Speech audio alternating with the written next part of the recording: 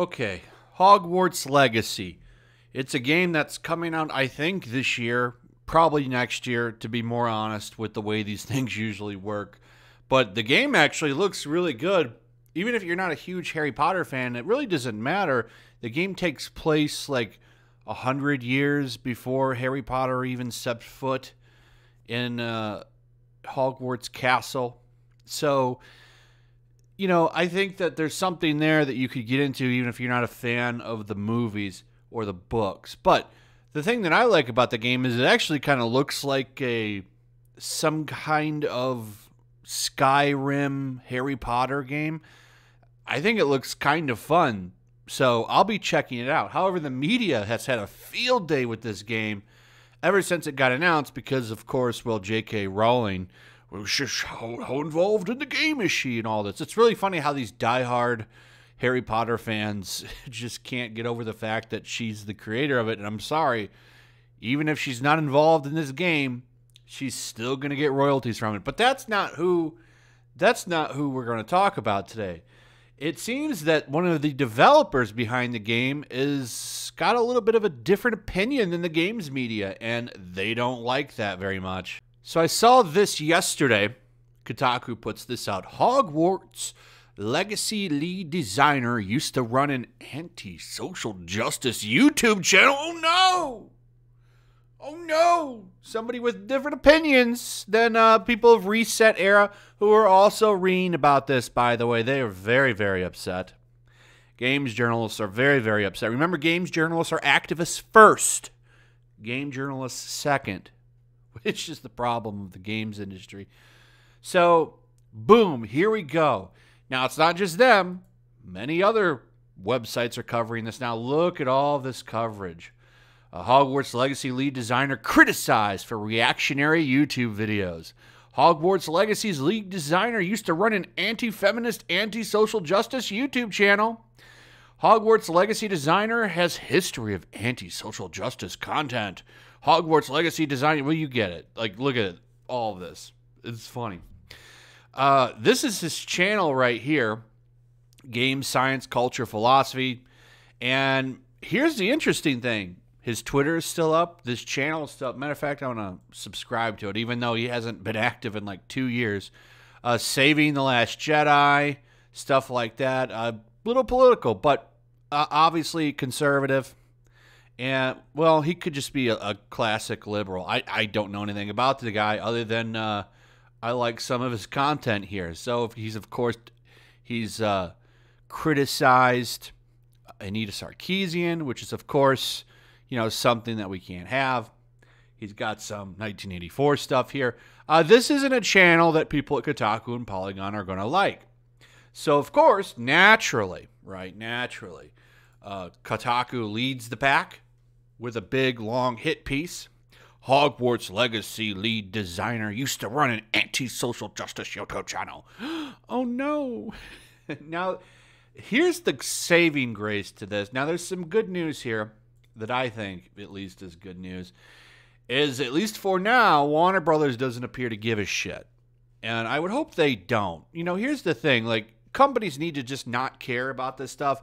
And as soon as they stop, these guys can write all the articles in the world, and it won't matter. But companies will bend the knee regularly, which is the problem. But he actually released a statement. His name's Troy Levitt, if you didn't see from the YouTube channel. This is what he had to say. Some of you have expressed that due to my commentary on some game industry controversies and my sympathies for the Gamergate movement, that I might have a difficult time should I ever want to return to a professional game development.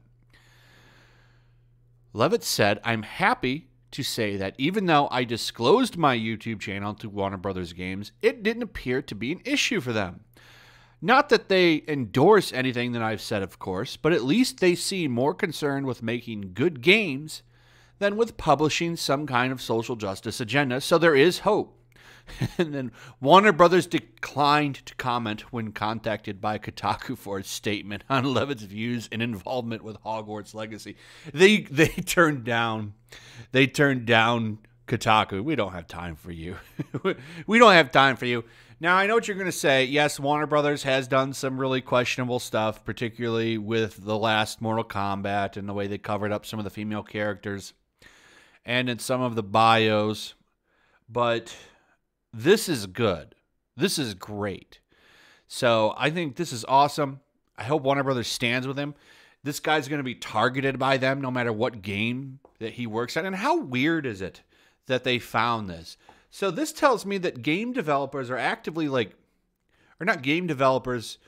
It would seem that games journalists are actively searching the backgrounds of people that work on games now to see if they have wrongthink. Is that what's going on here? And I wouldn't put it past them. They for sure do stuff like that, but that is just creepy. And it appears to be the case because how the hell do they know this guy even works on the game, right? They have knowledge of teams and developers for people behind games. I mean, people will give this knowledge to them, I'm sure.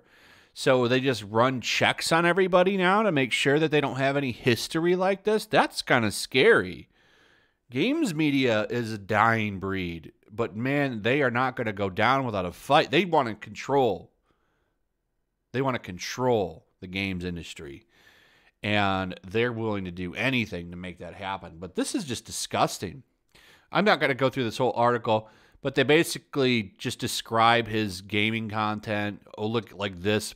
He criticized Anita Sarkeesian's tropes versus women and stuff like that. Like that's a bad thing. She lied all the time. But whatever, man. I love that Warner Brothers appears to be standing with them. So the thing with the games media is they get kind of tired. I haven't seen a rumbling on Twitter about this. It seems that most people don't care, which I'm surprised because the anti-Harry Potter people, I guess maybe that's just when it's J.K. Rowling, right?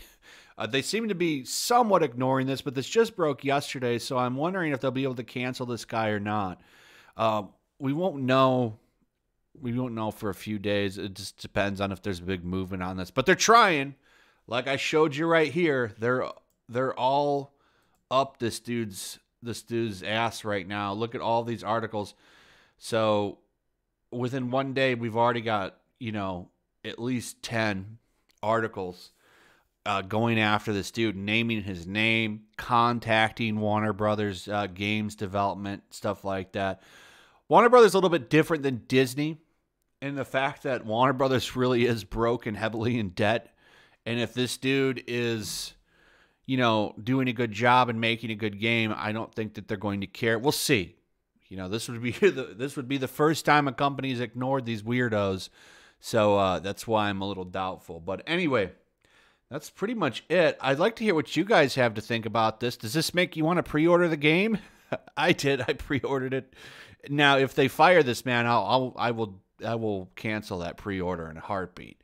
So I'm hoping he doesn't lose his job. I followed him on Twitter and I followed his channel. So if there's any update on that, I will let you guys know. Anyway, let me know in the comments what you think. Also, if you would, please like, subscribe, share the video. Make sure you're still subscribed. Hit that notification bell. And as always, I will see you guys on the next one.